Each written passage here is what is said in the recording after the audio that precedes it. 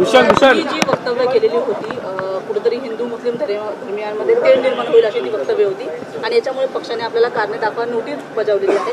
आज आपण पक्षाच्या मेळाव्यात आला होता, काय सांगाल? नाही, हा पक्षाचा मेळावा होता। याच्यामध्ये आता ज्या निवडणुका आहेत त्या महानगरपालिका असतील, जिल्हा परिषद पंचायत समिती असतील किंवा नगर परिषद असतील, याच्या संदर्भात एक आढावा आणि पुढची एक कशी दिशा असली पाहिजे याच्या करण्याकरता आज संबंध महाराष्ट्रातला मेळावा अजितदादांच्या नेतृत्वाखाली या ठिकाणी आयोजित करण्यात आला होता। ती बैठक ही आता पार पडलेली आहे आणि तुम्ही जो काही नोटीसचा विषय काढला तर त्या नोटीसवरतीच आज चर्चा नेते मंडळींची झालेली आहे, विशेषतः अजितदादांची देखील झालेली आहे आणि त्याच्या बाबतीमधलं जे काय असेल ती चर्चा आमच्या अंतर्गत ही झालेली आहे।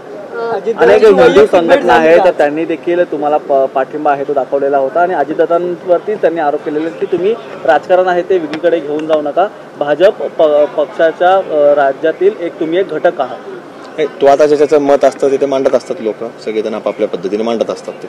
बरं, आज नाही, चर्चा झाली, शेवटी सगळ्या गोष्टींवर चर्चा होणं गरजेचं असतं। ती चर्चा झालेली, आता ती अंतर्गत चर्चा असते, पक्षांतर्गत चर्चा असते, त्यामुळे ती झालेली आहे। पण आता या निवडणुकीबरोबर कुठेतरी आमच्याकडं अहिल्यानगर शहरातले हे प्रश्न किंवा ज्या काही अडीअडचणी असतील, जे काही तिथले विकास काम असतील, आमच्याबरोबर तिथलचे राष्ट्रवादीचे गटनेते किंवा अध्यक्ष आहेत ते सुद्धा होते, त्यामुळे त्यांनी देखील भूमिका मांडली की तिथलच्या कामासंदर्भात किंवा पुढच्या शहराच्या विकास संदर्भात प्रश्न मांडले, त्यावर चर्चा झाली। याच्यावर फार वेगळी काय पुढे काही वेगळी चर्चा घडलेली नाही। राष्ट्रवादीतील आमदारांची भूमिका आता बदलत आहे? नाही, असं काही नाही। नाही, शिवशाहू फुले आंबेडकर ही विचारधारा महाराष्ट्रामध्ये आहेच आहे, त्याच्यापेक्षा काही वेगळं काही नाहीच आहे। मग आता मानतोच, मग शिवाजी महाराज हे शेवटी त्यात नावच पहिलं आहे ना, छत्रपती शिवाजी महाराज, शिवशाहू फुले आंबेडकर, त्यामुळे सगळेच मानतात, मीच नाही, महाराष्ट्र त्याच्यामध्ये नाही। याच्यामध्ये जी चर्चा आहे ती झालेली आहे आणि ती या शिवशाहू फुले आंबेडकरांच्या विचार पद्धतीनेच कामकाज सुरू आहे।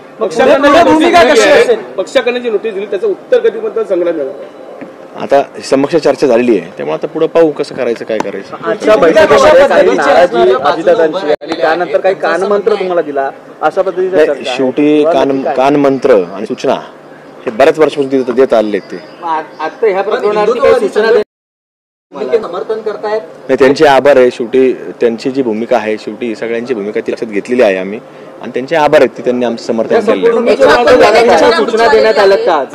एक सातत्याने चर्चा होत आहे की आपण लवकरच जे आहे ते भाजपमध्ये पक्षप्रवेश करणार नाही, शेवटी अशा कुठल्याही घडामोडींबाबतीमध्ये कोणत्याही राजकीय पक्षाचा याच्यामध्ये कुठेही संबंध जोडण्याचं काम कुठल्याही व्यक्तीने याच्यामध्ये करू नये। आता ती चर्चा चालू असतात। नाही, मी तेच सांगितलं, याच्यामध्ये अशा कुठल्याही घटनेवरनं आपण कुठल्याही राजकारणाशी जोडू नये, कारण की आज आपण पाहतो की निवडणुका नुकत्याच झालेल्या आहेत, त्यामुळे आता काय कुठल्या निवडणुका नाही आणि आमच्या बाबतल्या या चर्चा आज नाही, या 2014 पासून पहिल्यांदा आमदार झाल्यापासून आजही चालू आहेत। ती आपल्याला निश्चित रूपानं ज्या वेळ असतील त्या वेळेला आपल्या सर्वांना ती लक्षात येईल।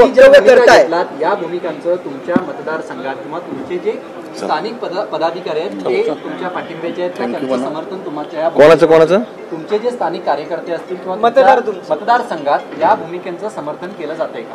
नाही, ह्या भूमिकेचं सगळे समर्थन करते, कोणी काही विरोध काही विषय नाही कोणाचा। आपण जे